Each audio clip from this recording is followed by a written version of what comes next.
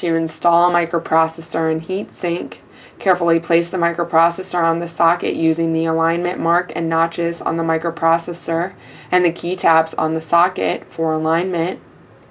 Close the microprocessor bracket frame and rotate the release lever to the closed position to secure the microprocessor in the socket. Note that when installing a heatsink, the thermal grease must be replaced if it is contaminated, damaged, or missing.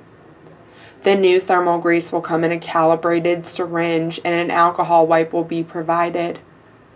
Thoroughly clean the heatsink and microprocessor with the alcohol wipe and use the syringe to apply 9 equally spaced 0.02 milliliter dots of thermal grease to the top of the microprocessor. Reference the PDSG for detailed information about the correct procedure for applying the thermal grease. Install a heatsink on the microprocessor. Align the screws on the heatsink with the holes on the system board.